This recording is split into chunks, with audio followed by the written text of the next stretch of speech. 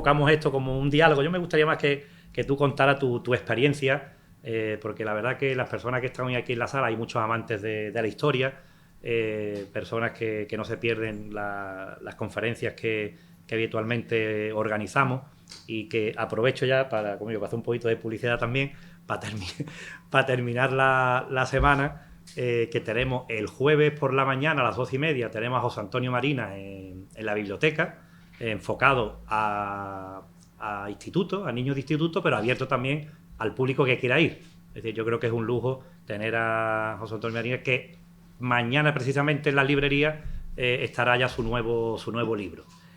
Eso es el jueves. Y el jueves por la mañana. Y por la tarde tendremos en la Finca El Portón a Dolores Redondo, con la nueva novela, que está haciendo un auténtico pelotazo de venta, porque es verdad que vende muchísimo. Y decirle que es un lujo también que esté Dolores Redondo en la Laurín de la Torre, porque es que no ha presentado todavía el libro ni en Madrid. Ni en Madrid lo ha presentado. Lo ha presentado en Bilbao, en el Teatro Arriaga, donde estuvo el Lendakari. Todo aquello fue, claro, la novela va sobre Bilbao, claro, se desarrolla en Bilbao. Y ahora lo presenta aquí en Alaurín de la Torre, y el viernes estará en Málaga, creo que en la Biblioteca Manuel Artola Aguirre. Es decir, que la verdad que vamos a poder disfrutar de estas dos jornadas el jueves para dedicarse nada más que a la cultura, comer en la calle en algún sitio, y de un sitio a otro. Y bueno, nada, vamos a entrar ya en materia, Ana, porque, como te decía, estamos encantados de que estoy aquí en Alaurín de la Torre, y lo que queremos es conocer, y la gente que hoy está aquí, los vecinos que están hoy aquí, conocer el trabajo de divulgación histórica que vienes haciendo en el Diario Sur, no solamente con los podcasts, evidentemente, sino con los artículos que vas publicando y que son tan seguidos. Y yo te voy a dar la palabra para que tú nos digas ya algo también. Bueno, muchísimas gracias, Manuel. La verdad es que, bueno, un lujo, me apetecía mucho. Llevamos mucho tiempo organizándolo y tenía muchas ganas de venir aquí. Admiro profundamente el trabajo tan riguroso y tan entregado que hacéis por la cultura, por la historia, por todo este tipo de disciplina que muchas veces parece, ¿no?, que no forman parte de esa agenda de los periódicos, pero que se demuestra que bueno, que contado de la manera precisa y con el tono correcto, pues interesan y tienen mucho tirón de público. Lo has dicho muy bien, Manuel. Yo, mi maestro, mi referente indiscutible, que además tuve la enorme suerte de coincidir con él durante 3 o 4 años, fue Julián Sesmero. Coincidí con Julián Sesmero padre y Julián Sesmero hijo, y también decíamos Julián Sesmero Espíritu Santo, que era todo ese legado invisible, ¿no?, que se ha convertido en un auténtico regalo para la ciudad, para la gente que somos amantes de la historia, para todos los que con el paso de los años, a pesar de los años, seguimos brujuleando, ¿no?, entre los archivos, y bueno, seguimos diciendo, bueno, si esto lo decía Julián, pues tiene que ser así, porque sabíamos de ese amor tan profundo por los archivos y por la historia, ¿no? Yo además lo vi trabajar, como os digo, tuve la suerte, yo entré en el periódico en el año 97, hace ya 25 años, y bueno, pues coincidí con él en cultura. A él también le encantaba el arte, tenía una sección que además se llamaba Entre Caballetes. Y bueno, mi primer regalo del periódico fue cuando Julián se jubiló y me dejó a mí pues todos sus catálogos. Además, a mí me decía, Ana, esto ya, para cuando yo me vaya, esto te va a hacer cargo tú. Y aquello era como una cosa que yo decía, Dios mío, ¿cómo voy, una becaria con 21 años, y cómo iba yo a estar a la altura de aquello, ¿no? Pero bueno, lo vi trabajar, vi su amor por la historia. Yo era también de las ratillas de biblioteca, pues que me leía todos sus coleccionables, todos esos artículos que iba escribiendo en el periódico. Y me picó el tema de la historia. Bueno, voy a contar una pequeña anécdota personal, que es que yo siempre he sabido que quería estudiar periodismo, lo he tenido siempre clarísimo, pero bueno, en aquella época, a finales de los 90, había unas notas altísimas para entrar en la carrera de periodismo. Yo era buena estudiante, pero normal. Entonces no sabía si iba a poder entrar en la carrera, y como plan B, pues tenía la carrera de Historia. Yo me llegué a matricular en la carrera de Historia, llegué a formalizar mi matrícula, digo, bueno, pues si no puedo ser periodista, pues seré historiadora, que también me encantaba. Y en el último minuto, del último segundo, del último día, me llamaron y me dijeron que había entrado en periodismo. Entonces, bueno, me quité de la carrera de Historia con algún dolor, pero bueno, al final todas las piezas terminan encajando y quién me iba a decir a mí, ¿no?, que con el paso de los años pues podría conjugar esas dos pasiones pues que me han movido desde pequeña, ¿no?, como son el periodismo y la historia. Y gracias, bueno, pues a compañeros, a maestros generosos como Julián Semmero, que bueno, que supo ver algo, no sé el qué todavía, pues en aquella niñatilla de 21 años que llegó al periódico con muchas ganas, pero sabiendo más bien poco, ¿no? Entonces, bueno, con todo ese legado, pues pasaron los años, yo estuve muy vinculada al tema de la cultura, seguí con el arte con Julián, con ese camino que él había empezado, y después, bueno, en 25 años en un periódico podéis imaginar, una hace de todo, ¿no? Entonces, bueno, he pasado esta mañana precisamente, me hacían una entrevista un par de compañeras de la facultad, digo, mira, yo por deportes, que gracias a Dios los de deportes no han tenido que sufrirme porque no sé distinguir una canasta de una portería, pues he pasado por todas las secciones, ¿no? Empecé por cultura, luego estuve en local, durante un tiempo también fui editora en internet. Y bueno, pero siempre ese amor por la historia y esa curiosidad, pues siempre ha estado ahí, ¿no? Y entonces, bueno, al final también yo decía cómo el tema del periodismo y el tema de la historia los voy a unir, ¿no? Y al final también te plantea y cómo encima de todo eso voy a dar el triple salto mortal y cómo lo voy a hacer con internet, ¿no? Y al final, como os digo, todas esas piezas van encajando. Y en el año 2016, bueno, pues hay un proyecto en el periódico que consiste en que cada uno de nosotros, cada redactor, pues tiene que hacer, bueno, una pieza un poco diferente y exclusiva para la web para que la gente, ¿no?, en el año 2016 se vaya ya animando a leer el contenido que no sea en papel. Y se me ocurre a mí, pues que voy a hacer alguna cosilla de historia.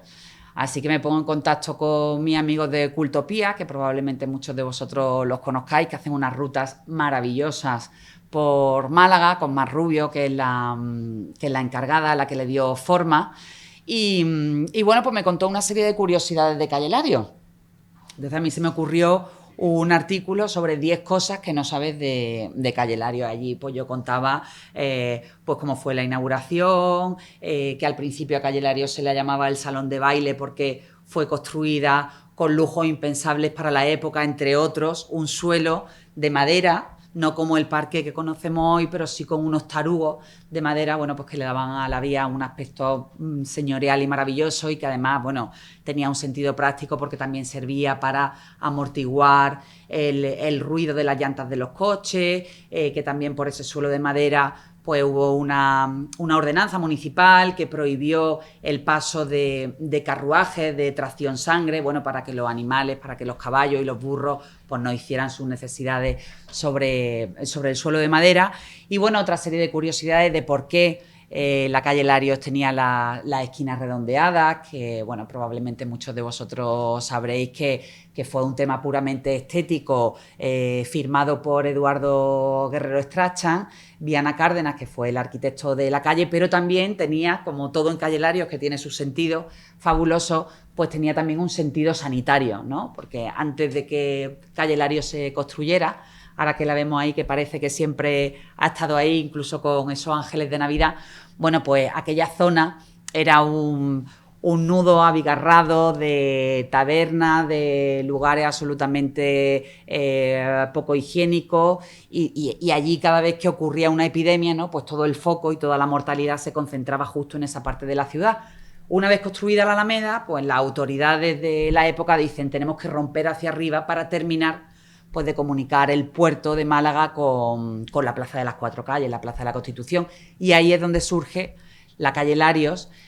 Pues también contaba otra curiosidad, como que al principio, antes de ser calle Larios, también se llamó la calle Toril, porque de ahí salían precisamente las reses que posteriormente se lidiaban en la Plaza de las Cuatro Calles, en la Plaza de la Constitución.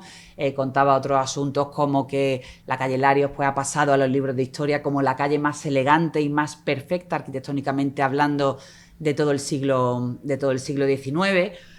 Porque si os dais cuenta, y esto es un juego que además a mí me encanta hacer cuando voy con los colegios o voy con alguien que no conoce Málaga, si os ponéis a la altura más o menos de donde está hoy la escultura de Manuel Domingo Larios, bueno, pues veréis que todas las cornisas y todos los balcones coinciden al final en un punto de fuga en el edificio central de la Plaza de la Constitución, que hace, bueno, pues que esos edificios de esas 16 manzanas sean absolutamente perfectos, ¿no? Entonces, bueno, contaba todas esas curiosidades, esas 10 curiosidades muy resumidas, en ese primer artículo que yo me inventé para que la gente entrara en la web, y estuvo pues durante 3 o 4 semanas como lo más visto de todo el día en la web. O sea, un tema de historia, de cosas de calle Larios, de curiosidades que en principio yo pensaba que no iban a interesar a nadie, pues se convirtió en un éxito. Entonces digo, bueno, pues voy a seguir, ¿no? Cumplo con mi compromiso que me había encargado el director de hacer cosas diferentes, y cumplo también pues con iniciar ese recorrido por la memoria de la historia y por la memoria de Julián, ¿no? De todo lo que yo había aprendido con él. Y entonces, bueno, poco a poco pues llegaron otras historias, como recuerdo que la segunda o la tercera fue la huella de Torrijos, que además también vosotros aquí conocéis esa huella absolutamente increíble de Torrijos, de que yo además intento siempre, cuando escribo las cosas de historia, intento siempre acercarlo a la gente joven. Creo que uno de nuestros principales cometidos es ir atrayendo a nuevas generaciones, ¿no? Entonces el artículo aquel de Torrijos pues empezaba algo así, dirigido a los jóvenes, como el lugar donde hacéis botellón cada sábado, ¿no? En la Plaza de la Merced, pues en realidad tiene enterrada, literal, la historia fabulosa de 48 hombres que dieron su vida por la libertad, ¿no? Entonces, bueno, pues contaba esa historia de Torrijos. Ya aquello me permitió conectarlo con el cementerio inglés por el concurso en la expedición de Robert Boyd, de ese militar irlandés a quien no se permitía compartir suelo sagrado con Torrijos y sus hombres porque era anglicano. Y bueno, y poco a poco en esa serie de artículos me fui dando cuenta, punto 1, que interesaban muchísimo, que a la gente le encantaba, y punto 2, que al final la historia de Málaga es circular. Y al final todo está conectado, y la historia de la Alameda te lleva a las grandes familias, y las grandes familias que vinieron a Málaga, muchas de ellas extranjeras, después fueron las encargadas de convertir Málaga en una potencia industrial de primerísimo orden, que hablamos mucho de los altos hornos del País Vasco, de cuando se instalaron allí, o de que Cataluña era una potencia textil. Pero yo muchas veces en las charlas de historia, cuando hablo de esto, digo, ostras, es que en Málaga, antes de eso, teníamos un señor llamado Manuel Agustín Heredia, otro llamado Martín Larios, y después su hijo Manuel Domingo, otro señor llamado Carlos Larios, o Eduardo Welling Reisig, que pusieron toda esa base de Málaga como primerísima potencia, ¿no? Por hablábamos también de esas dos industrias siderúrgicas de Manuel Agustín Heredia, que fue el primer capitalista español, así se reconocía incluso cuando murió en la esquela que se publicó en la prensa de la época. Y bueno, y al final todo está conectado. Llega a la Plaza de la Constitución y te encuentras allí también ese vestigio de los Reyes Católicos, de esa primera corrida de toros que vino a celebrar la toma de Granada, y nosotros, Málaga, que acababa, como quien dice, de ser conquistada, bueno, pues en reconocimiento hizo esa primera corrida de toros. Y luego te va a la historia de la cárcel, y cuando se destruye la cárcel o ya se muda hacia otra parte de la ciudad, pues sigue entrando ahí Manuel Agustín Heredia, sigue ascendiendo por las calles de Málaga y todos esos nombres, ¿no? La Plaza de la Merced, que deciros que ya hemos hablado pues de la historia de Torrijos, que está su corazón, es que sigue latiendo en la Plaza de la Merced, el recuerdo a esa iglesia de la Merced y al convento, toda esa huella también conventual en Málaga, con el convento de la Victoria, el convento de la Merced, el de la Concepción. Es decir, una serie de historias fabulosas que todas terminan por conectarse unas con otras, ¿no? Seguimos el ascenso, el cementerio de San Miguel, que tiene, bueno, pues que tiene enterradas a todas las grandes familias de Málaga, desde los Larios a los Loring, a los Heredia, y después personajes mucho más curiosos, ¿no? Como la historia de Alvin Karpis, el gángster. Y además, yo a medida que voy investigando, pues como que me voy sorprendiendo, ¿no? Y yo me acuerdo que cuando iba con esos temas a la web, al responsable de la web, yo decía, tengo un pelotazo para este fin de semana porque me he enterado de que en el cementerio de San Miguel está enterrado el tío que más años estuvo encerrado en la cárcel de Alcatraz, y voy a contar su historia. Y me decía, dice, con que la cuentes la mitad de bien, que me lo estás contando ahora, dice, efectivamente va a funcionar, ¿no? Y entonces, pues sí, he tenido la suerte de que el periódico apostó por eso, por algo que yo pensaba que era una locura. Bueno, de eso hace 6 años y ya os digo, la experiencia ha sido fantástica, porque además también lo ha dicho Manuel antes, en redes sociales también se aprecia mucho feedback, ¿no? Y mucho, bueno, pues mucha respuesta por parte de la gente que te anima a decir sigue con esos temas porque realmente gustan. Y llegamos, os he traído aquí algunos ejemplos de artículos, pero llegamos al confinamiento, ¿no? Y entonces, bueno, pues el director del periódico pues nos propone a Curro Fernández Sibaja y a mí. Y a Curro lo conozco también por casualidad, porque yo publico un hilo, lo he traído por aquí, un hilo en Twitter sobre el aniversario de Calle Larios. Y bueno, pues ese hilo tiene muchísimo éxito. A ver, os lo voy a poner aquí para que veáis también un poco todo ese trabajo que se hace en red, se hace entre la web, el podcast, las redes sociales. A ver, tiene que saltar por aquí. A ver, mira, ¿veis? Aquí me recuerda a un buen amigo que hoy es el cumpleaños de la calle Larios, 129 años, convertida en la calle más bonita del mundo, la que tanta historia nos ha regalado, y a mí particularmente me ha dado unas cuantas. Yo ya llevaba unos años haciendo este hilo de historia. Y entonces, bueno, pues animaba a la gente a que se unieran al paseo, ¿no? Esto es del 27 de agosto, justo el día que se inaugura la calle Larios, de un día de 1891, del año 2020, estábamos en plena pandemia. Y bueno, pues tuvo mucho éxito, ¿no? Tuvo muchísimo éxito, mucho recorrido. Aquí yo contaba, bueno, pues toda esa historia que poco a poco he ido contando de por qué los Larios, por ejemplo, no estuvieron en la inauguración de la calle. Con la excusa también, bueno, pues cuento esa revolución obrera que hizo que los Larios se fueran de Málaga, y ese desapego de la familia definitivo con la ciudad. Como decía, la auténtica joya de la arquitectura que aparece en los libros de arte por sus esquinas redondeadas, por ese suelo original de madera, muchísima. Este fue mi primer reportaje de historia. ¿Os acordáis que os lo he dicho? Esas 10 anécdotas que no conocías de Calle Larios. También os lo he contado porque se conocía por la calle de Toril, y contando también de manera transversal, bueno, pues esa historia de la Plaza de la Constitución con la Plaza de Toros, la cárcel de Málaga.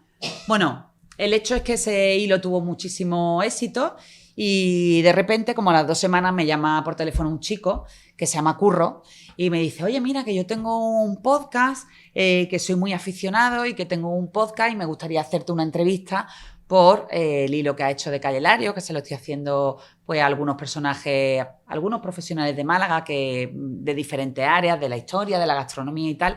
Dice, me gustaría que me concediera una entrevista para el podcast. Y le digo, bueno, pues por supuesto. Y entonces, bueno, cuando le concedo esa entrevista, todavía estábamos en el confinamiento, nos teníamos que poner muy de acuerdo para ver dónde quedábamos, con mascarillas, con todas las medidas de seguridad. Y entonces nos damos cuenta de que somos vecinos, pero vecinos casi de puerta con puerta. Yo vivo, bueno, Curro está a 2 minutos andando de mi casa.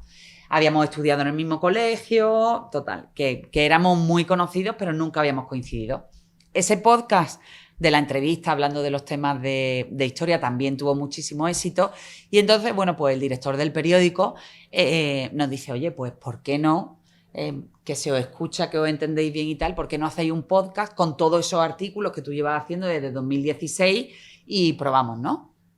Entonces, bueno, pues nos metemos en la aventura del podcast, que ya lleva 2 años y lleva 100 capítulos. Aquí tenéis el capítulo número 100, que lo grabamos el otro día en directo en la sala de Cajamar, que ahora nos patrocina el proyecto. Y bueno, pues esos primeros pasos del podcast, como a mí me gusta siempre decir, ¿no? Un podcast familiar, casi de mesa de camilla, porque lo hacíamos en el salón de mi casa, porque él solo tenía que cruzar, casi en chándal. Yo le decía, Curro, venga, vamos a grabar.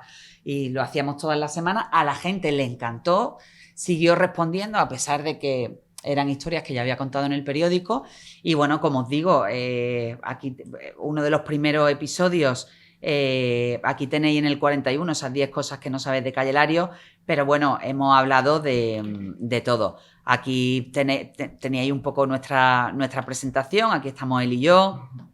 Contábamos, por supuesto, los orígenes de Calle Lario, hemos hablado de grandes figuras. Teníamos que empezar obligatoriamente, sí o sí, por Manuel Agustín Heredia, que fue el primer capitalista de España.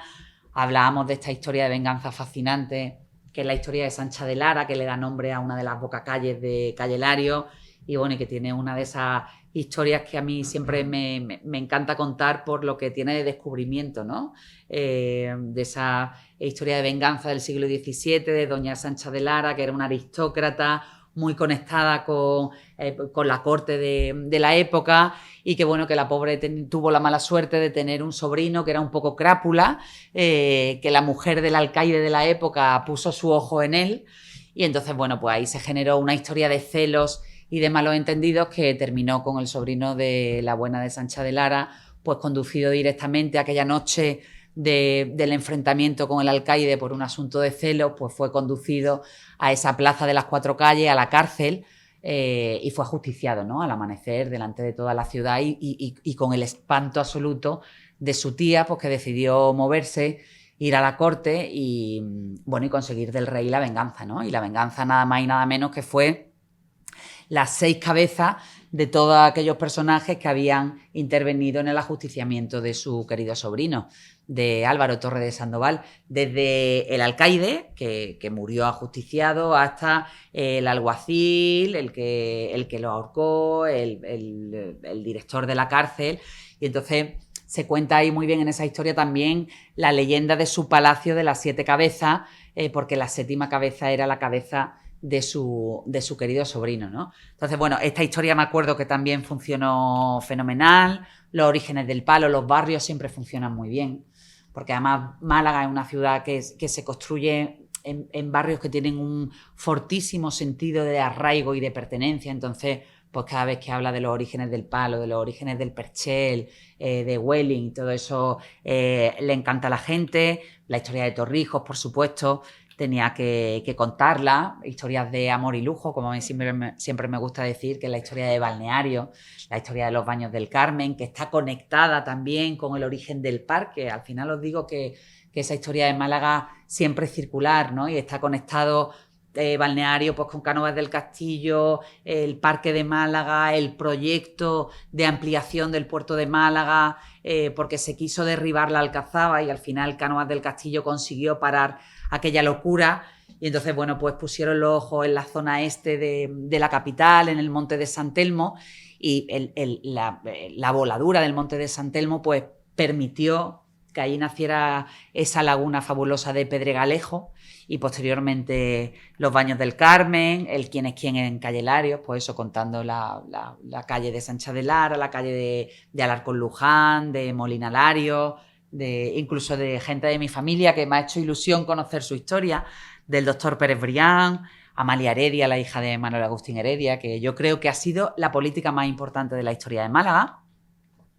Café de Chinita, en fin, un montón de capítulos, la Alameda Principal, que fue la revolución urbana, a mi juicio, más importante de la historia de Málaga, porque fue la que realmente cambió, más allá, aunque se hable mucho de Calle Larios, pero la que cambió realmente el concepto urbano y de organización en todos los órdenes de la ciudad fue la Alameda Principal, porque fue a partir del momento en el cual el urbanismo y toda la vida de Málaga en todos los órdenes se comienza a organizar a partir de avenidas y no a partir de plazas, que puede ser un tema menor, pero pero no lo era porque además también la construcción de la Alameda permitió pues, que todas esas grandes familias que vinieron de fuera se empezaran a instalar en los alrededores, ¿no? Welling, el Hospital Noble, también conectado con el cementerio inglés.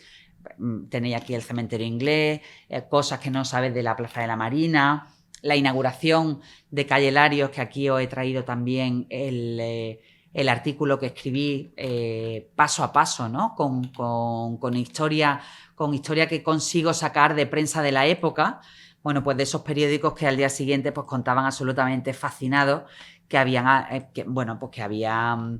asistido a un momento absolutamente histórico, como era la construcción, ¿veis?, de Calle Larios en 1891. ¿Qué comieron? Incluso pude sacar de la prensa de la época qué comieron en ese cóctel que se ofreció en una de las casas en memoria de los Larios, ¿no? Entonces, bueno, pues al final, ¿veis? Aquí en ese número de la Unión Mercantil, por supuesto sin fotos, ¿no? Pero con el Marqués de Larios y bueno, pues contando todas esas anécdotas.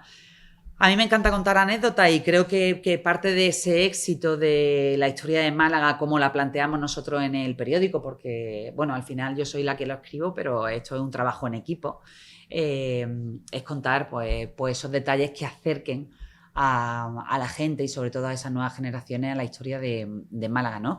Y bueno, yo podría seguir aquí enrollándome hasta mañana contando historias de Málaga, pero... Has hablado de lo de la casa, de las 6, de las 7 cabezas. Uh-huh.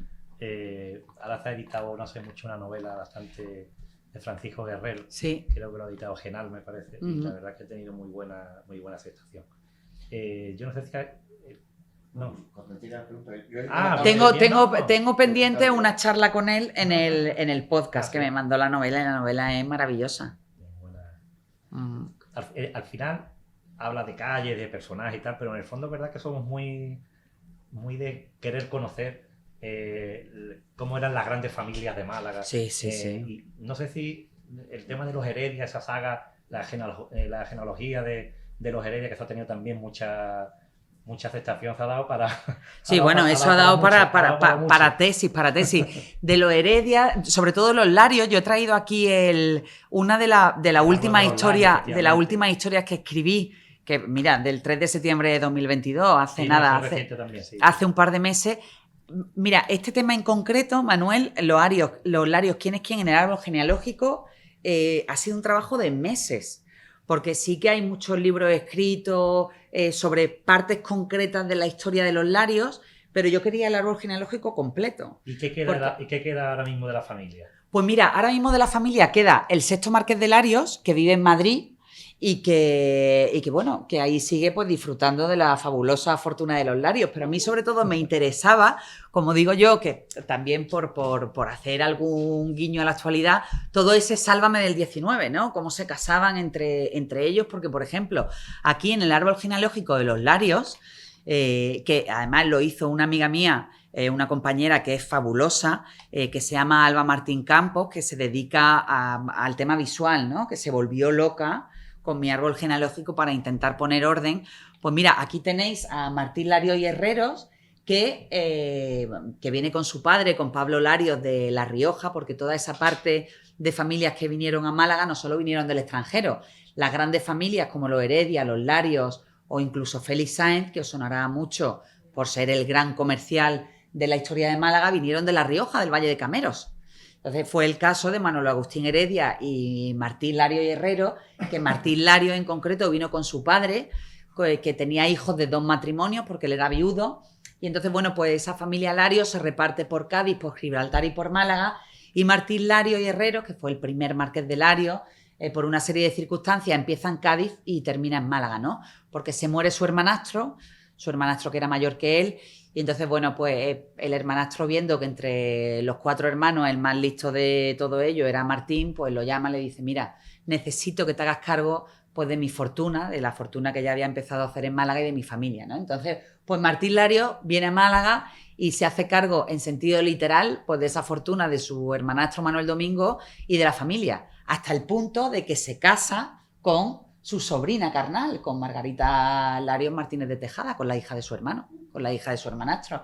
Entonces, bueno, aquello fue un escándalo en la Málaga de la época porque estaba muy mal visto que hombres adultos compartieran techo con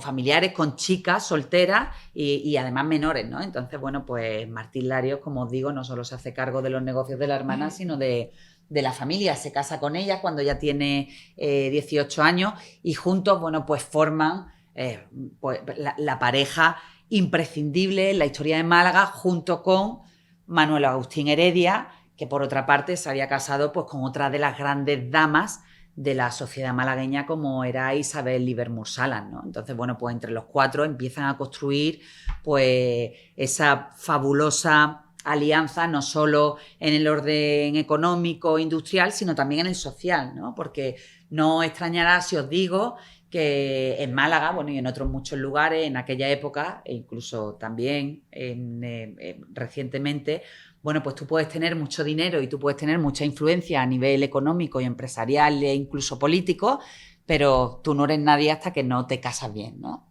Y entonces, bueno, pues a ambos, esas puertas de la gran sociedad malagueña, esas puertas de los palacios de la Alameda, tanto a Martín como a Manuel Agustín Heredia, se le abrieron los matrimonios. Por una parte, Martín con su sobrina y por otra parte, sobre todo, Manuel Agustín Heredia con Isabel Livermore Salas. Entonces, bueno, pues se van, aquí está, ya te digo, ese árbol genealógico, después Margarita Larios y Martín tienen 5 hijos, el más conocido es Manuel Domingo Larios, el segundo marqués, que es el de la estatua de Calle Larios, porque él es un poco el que... Bueno, el que sueña para el legado de su familia la construcción de una calle Larios pues, que perpetúe esa saga, ¿no? Y después, bueno, el segundo marqués de Larios, que era también un tipo pues disfrutón, que murió sin hijos y que, bueno, se dedicó a la vida no a la vida contemplativa, porque también hizo mucho por los negocios del padre y por los suyos propios, pero bueno, murió sin descendencia y se planteó ahí un problemón, porque el hermano Martín, que lo tenía ahí, que se supone que tenía que ser el depositario de toda aquella herencia, ¿no? Al morir Manuel Domingo sin hijo, bueno, pues Martín, por esas cuestiones de consanguinidad, bueno, pues tenía problemas mentales serios, ¿no? E incluso su madre, Margarita Larios, bueno, pues libró una batalla impresionante en los tribunales por inhabilitar a su hijo. Entonces, bueno, como te digo, esas ramas de los Larios van yendo y viniendo a medida de que unos Larios se casan con otros, porque es que se casaban tíos con sobrinas, primos hermanos con primos hermanos, y incluso también, por ejemplo, en el árbol genealógico de los Heredia, Amalia Heredia, que era una de las hijas de Manuel Agustín Heredia y de Isabel Livermore Salas, que es la que os he dicho que para mí ha sido la mejor política de la historia de Málaga, casó a una hija suya con un hermano de Amalia, es decir, a una hija tuya con tu hermano, tío y sobrina. Entonces, bueno, pues al final todo eso genera alianzas muy fantásticas, porque la fortuna no sale de los entornos familiares, pero después también genera guerras absolutamente impresionantes a la hora de la herencia y a la hora también de delimitar en determinadas ramas si uno está capacitado por toda esa mezcla de sangre, está capacitado para hacerse cargo del legado, ¿no? Y la forma de escribir el periodismo de antes con el de ahora, ¿no? Claro. Pues tú ves crónicas de los años... Digo, a quien va hoy en día a buscar alguna información a un periódico, como ha cambiado, no sé, una crónica de los años 20, por ejemplo. Y vas tú y ves rápidamente la cantidad de detalles que te da. Increíble. Que eso hoy no se ve ya en la forma de hacer periodismo. Es decir, tú antes... al acto acudió y te da relación fulanito, menganito. Una tal, página entera. Comieron increíble. No sé cuántos, tuvieron, vino, va... Sí. En la crónica, por ejemplo, de la inauguración de Calle Larios, a mí me pareció fascinante, pues eso, que el cronista pusiera que se reunieron en una casa de Calle Martínez y que tomaron licores y además daba la procedencia exacta y una delicatessen y un brunch, porque además utilizaban la palabra lunch, que hoy parece una cosa absolutamente revolucionaria y snob, Pero ya a finales del siglo XIX yo me acuerdo además, de hecho, cuando hice el artículo, alguien me afeaba en Twitter y decía, ¿cómo van a tomar un lunch? Eso es una modernez. Y yo le ponía ese artículo y decía, no, es que el cronista de la época ya hablaba del lunch, ¿no? Pues de esos vinos y de ese... Bueno, de esa cosa sencilla pero exquisita de los vinos, los licores y los pasteles. Y era una forma completamente diferente de escribir, que también se agradece porque es tan distinta que te da para un artículo. Yo recuerdo, por ejemplo, uno que escribí sobre el incendio de la aduana, ese incendio de 1922.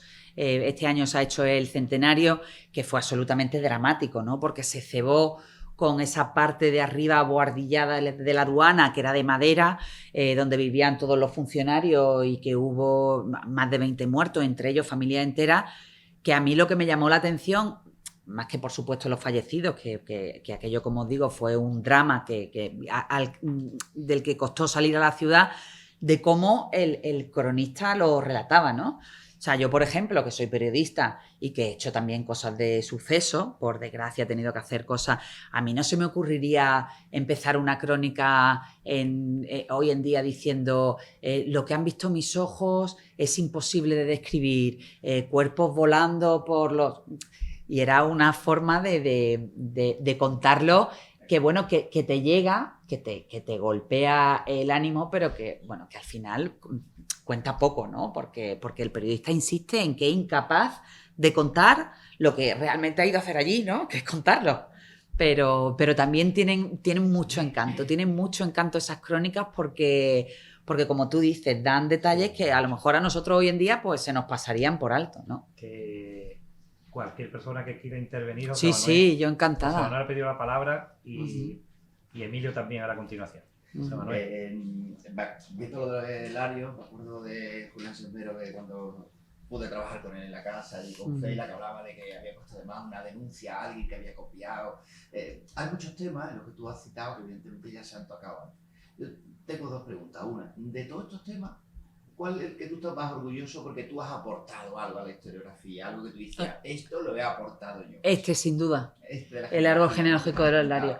A mí me han llamado profesores, gente que ha escrito libros de los Larios, Ramón Triviño, Ignacio Trillo, que son auténticos especialistas en la figura de los Larios, y dice que nunca han visto de una manera tan completa, sobre todo las últimas ramas de los Larios, que son las más que aquí, claro, lo tuvimos que hacer en 3 partes, ¿no?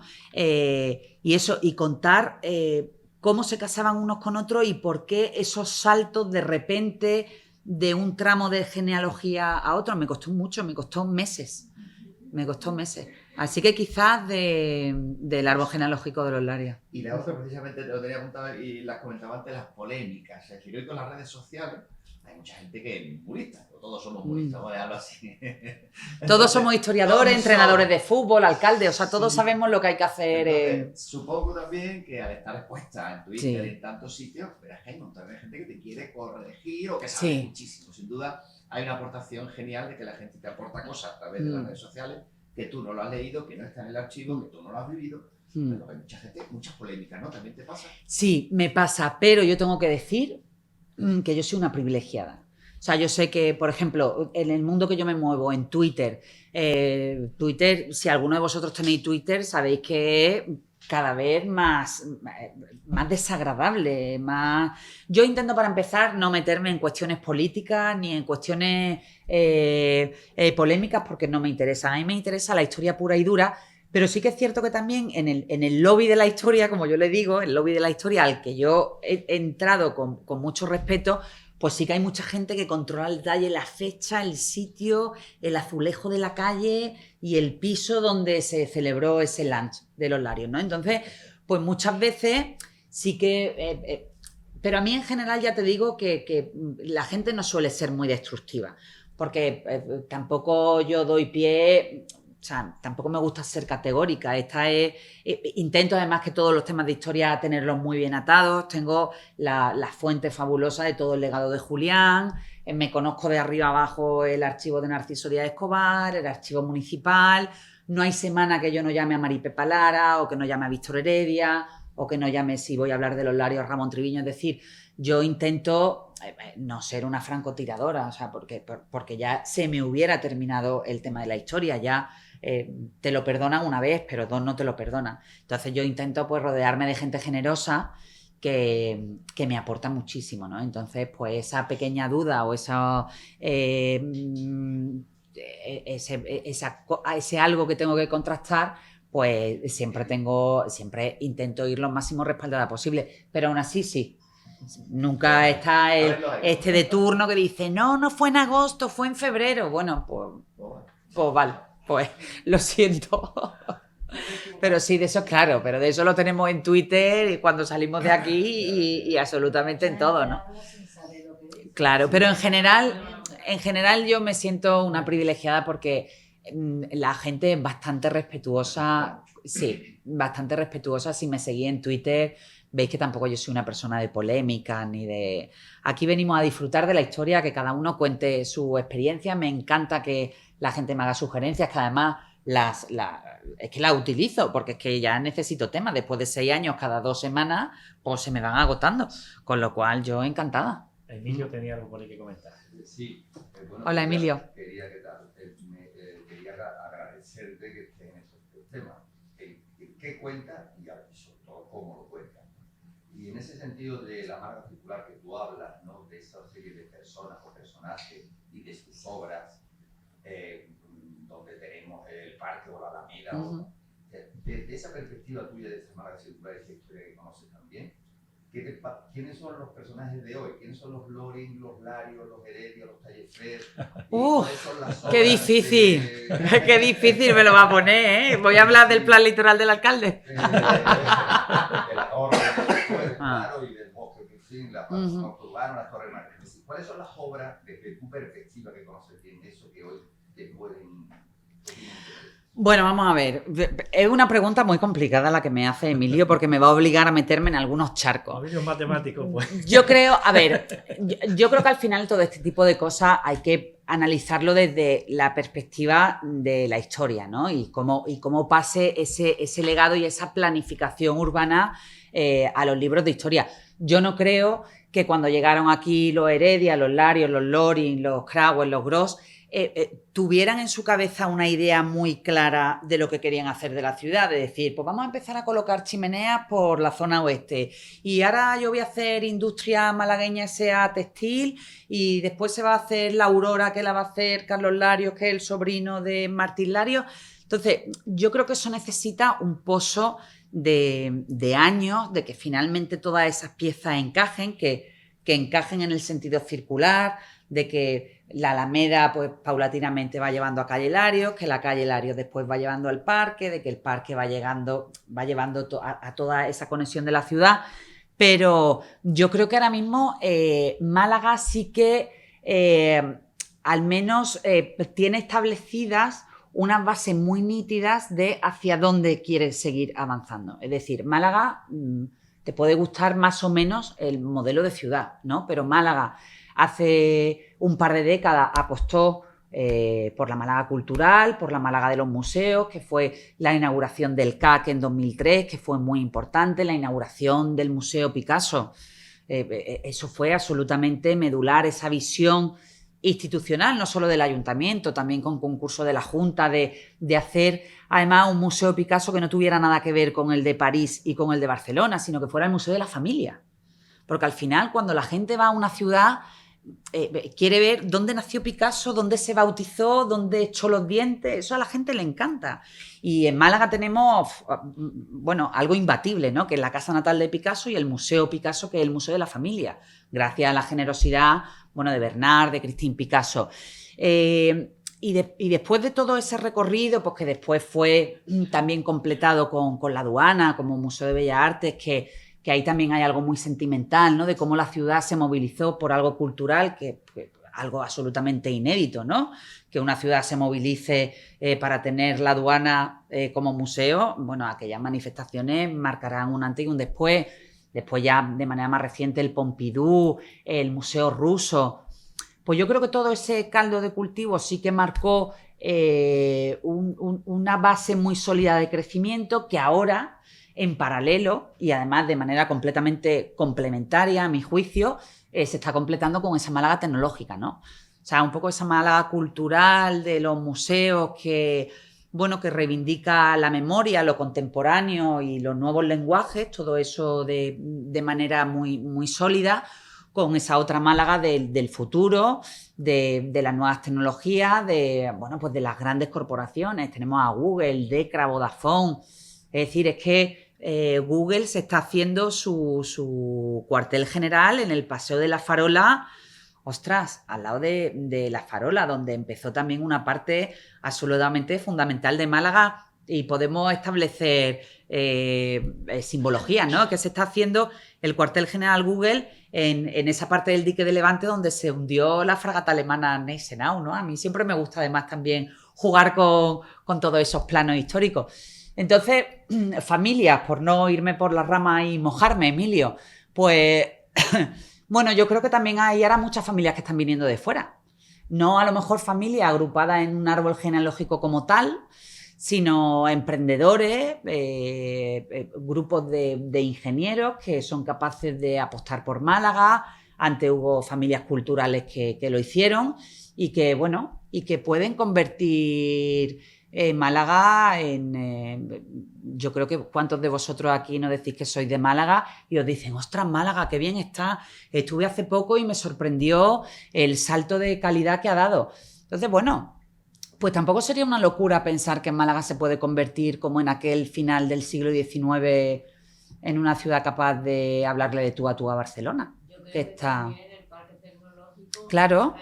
es importantísimo. Sí. Y está creciendo Increíble. El parque tecnológico, esa visión del parque tecnológico que se remonta, el parque tecnológico acaba de hacer más de 25 años, cuando aquí no teníamos ni idea casi ni de enchufar un ordenador. Y fue la visión de ese grupo de personas que dicen, oye, pues aquí vamos a hacer el Parque Tecnológico de Andalucía. Y eso poco a poco también ha sido, pues ese elemento atractivo para las grandes. Al final nada es casualidad. Al final, igual que no fue casualidad a finales del siglo XIX, pues yo creo que no va a ser casualidad ahora en la Málaga del siglo XXI. ¿Te puede gustar más o menos el modelo de ciudad? Pero yo creo que sí que hay un discurso que veremos con el paso de los años. A mí particularmente me gusta. Si me tengo que terminar de mojar, me gusta. A mí me gustaría saber por qué no se ha terminado la Maquita. ¿Por qué no? Bueno, pues eso tiene un montón de historia, eso tiene un montón, y además ahora surgirá probablemente el debate, porque ahora que vamos a a hacer el tejado de la catedral, que es que parece mentira, que lo importante de la catedral de Málaga, lo dramático no es que le falte torre, lo dramático es que le falta el tejado, y entonces, pues cada vez que llueve, aquello es un desastre, ¿no? Claro, a la Catedral de Málaga le falta la torre, le falta el tejado, le falta la sacristía, que era una proyección de una sacristía fabulosa que no se hizo. Entonces, probablemente, pues ahora cuando se le meta mano al tejado, se abrirá ese debate de la segunda torre. Con eso hay muchísimas leyendas. Una de ellas fue pues la Guerra de la Independencia, de ese dinero que había, pues que al final se decidió...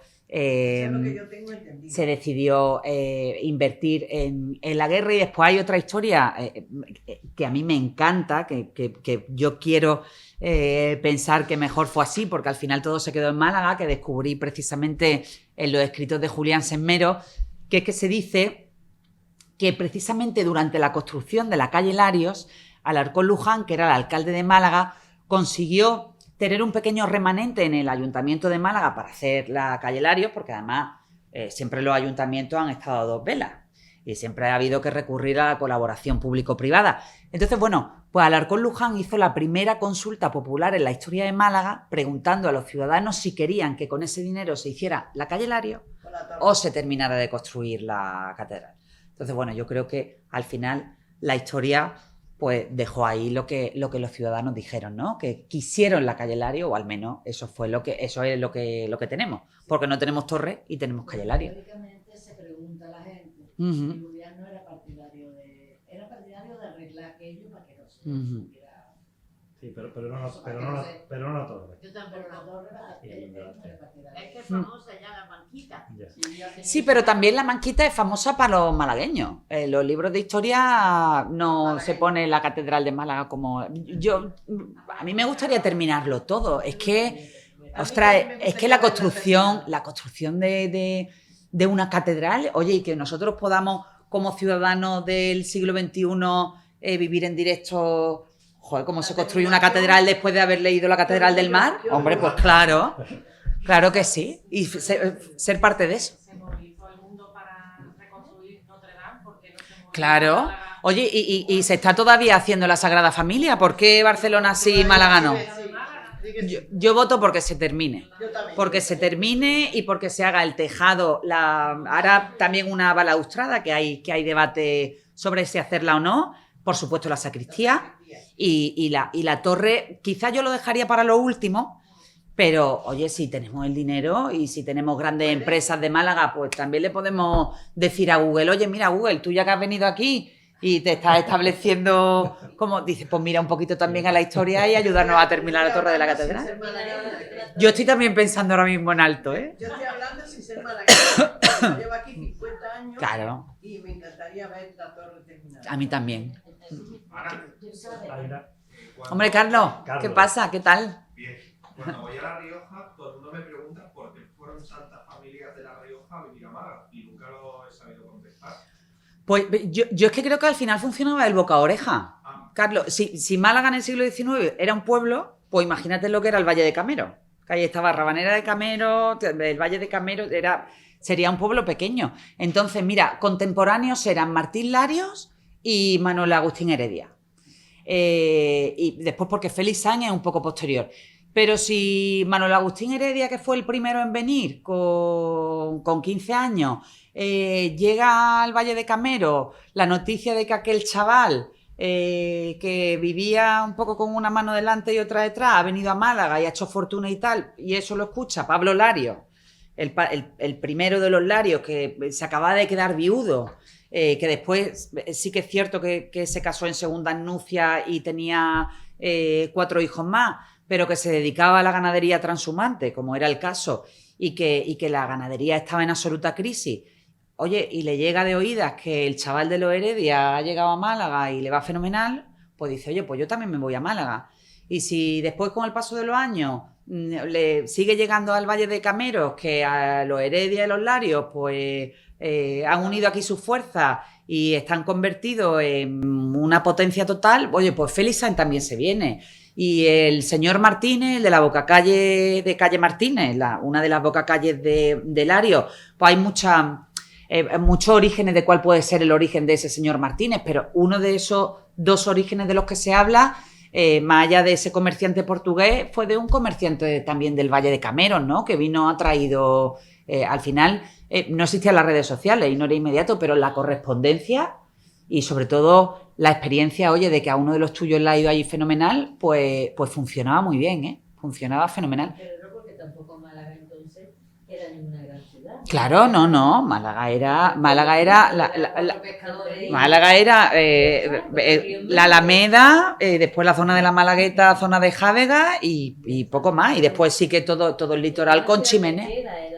Era un pueblo. A mí me gustaría también, si me lo permite, hacer más que una pregunta, una reflexión y poner en valor también lo positivo que tú has hecho en torno al tema de la historia oral y recordar el reportaje que hiciste con aquella vecina de calle. Ah, sí, lo voy a buscar. La última vecina de Calle Lario. Sí, bueno, aquel reportaje fue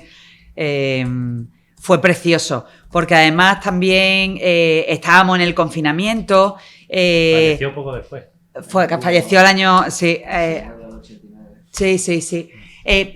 Bueno, pues este reportaje de Reme, que es la madre de Joaquín Ramírez y de Pedro Ramírez, que fue entrenador del Unicaja, pues ese reportaje me vino a mí gracias al hilo que hice yo de Calle Lario.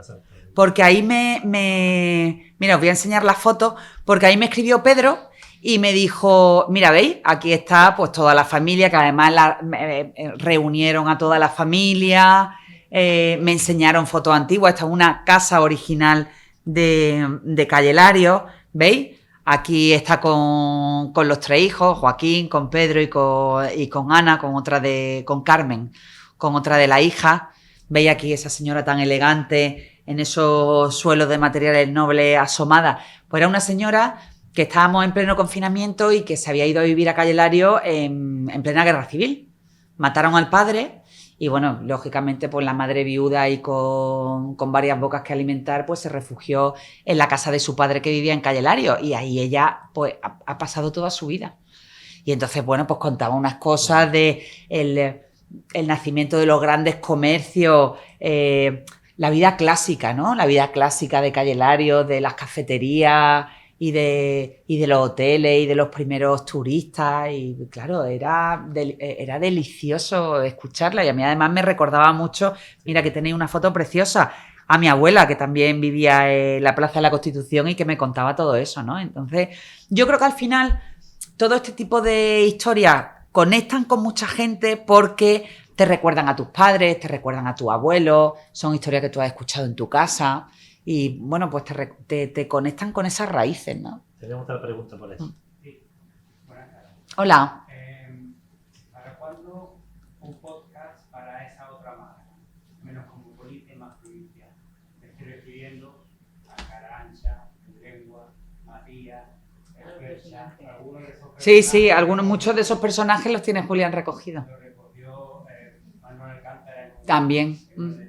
Esa parte de Málaga también interesa. Es un poco menos cosmopolita que una parte de... No, pero esa parte de los personajes llevas toda la razón y yo tomo nota porque además soy muy disciplinada y me encanta que me hagan sugerencias.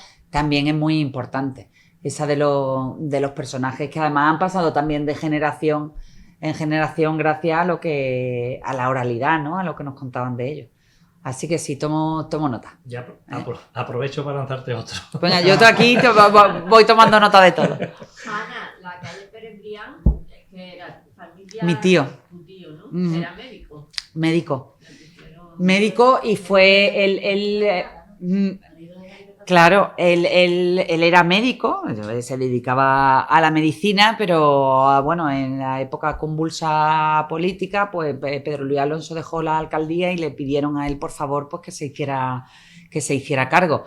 Y bueno, después de mucho pensárselo, pues sí, accedió a llevar las riendas de la alcaldía durante unos años, pero bueno, su verdadera vocación siempre fue la de médico, ¿no? Y entonces, como bien me recuerda, era el marido de Maripepa Estrada, bueno, una de las grandes, una de las grandes mujeres de la historia de Málaga, y de hecho mi tío fue fue generoso y era tan consciente del potencial y de la huella esplendorosa de su mujer, que él se quitó la parte Brián del apellido, y entonces ahí surge una nueva rama de nuestro gigante árbol genealógico, que son los Pérez Estrada. Porque él dejó el Pérez, se quita el Brián y pone el Estrada para que no se pierda el apellido de su mujer, porque la mujer es que... Sí. Era deliciosa. Deliciosa. Sí.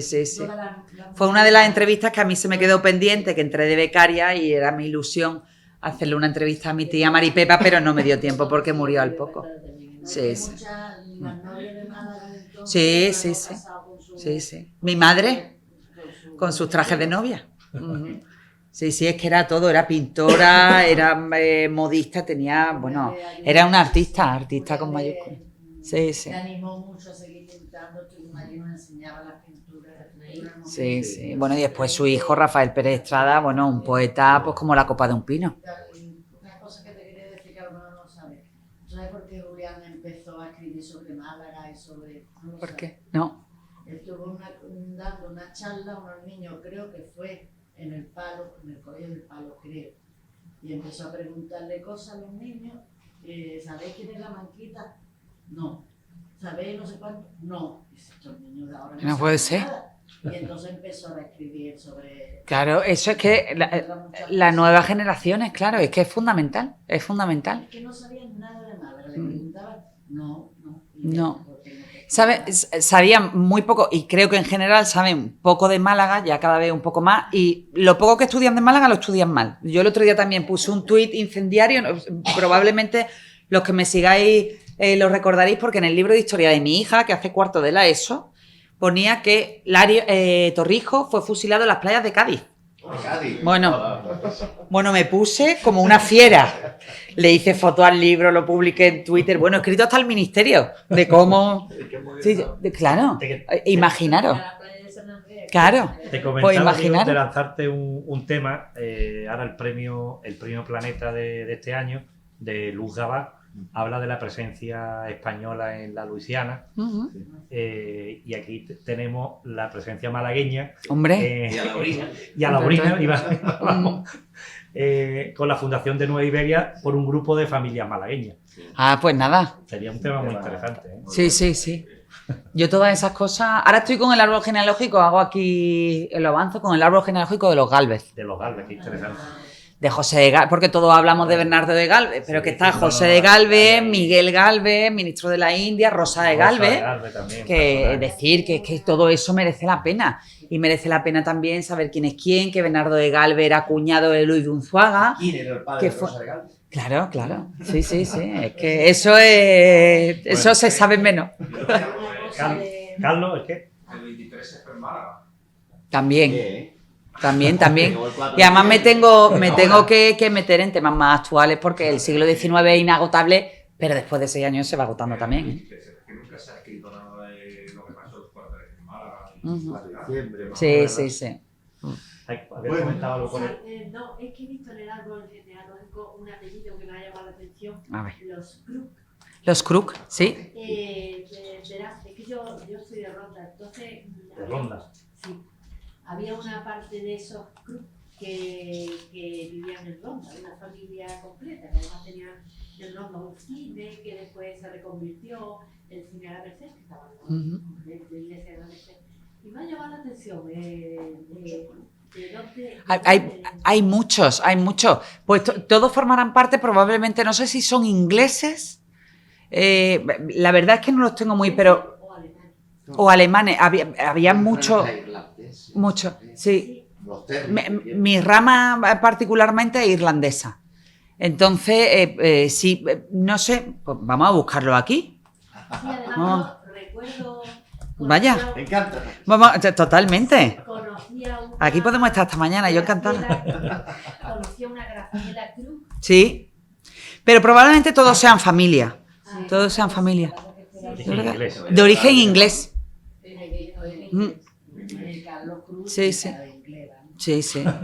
Por eso se dice muchas veces a mucha gente que viene de fuera, les sorprende que mucha gente en Málaga tenga pinta de guiri.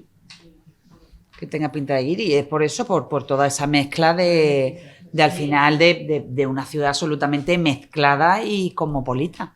Cuando ha hablado de los Gálvez, en concreto de doctor Gálvez, Julián tiene una historia muy bonita que no es una persona conocida, no, es una persona totalmente anónima, ¿no? Y se llama, la historia es La niña de la ciencia. Y a mí me impactó. Sí. Me impactó esa historia. Sí, porque además Gálvez Ginastero se hizo cargo de la niña de la ciencia hasta su muerte. Es que Julián le entrevistó a la niña de la ciencia. Sí. Yo lo saqué con el artículo de Julián. Sí. Era muy interesante, una historia, una persona anónima. Sí. Que además la pobre tuvo una vida absolutamente desgraciada y se pasó toda la vida en instituciones. Y Gálvez Ginastero era su padrino, la bautizó y sí. Aquí hago yo. Sí, y el padre murió al poco. Y el padre era un ciego que dejó a la mujer allí. Sí. Mira, aquí está, ¿ves? La carátula del coleccionable de Julián. Sí. Esa es que me impactó a mí esa María del Carmen Enriqueta Sánchez. Sí. Y se pasó toda su vida en la hermanita de los pobres. Y vino también impactado la señora muy... Sí. No tenía, Angelito no tenía vida, que no... No. Una vida muy limitada.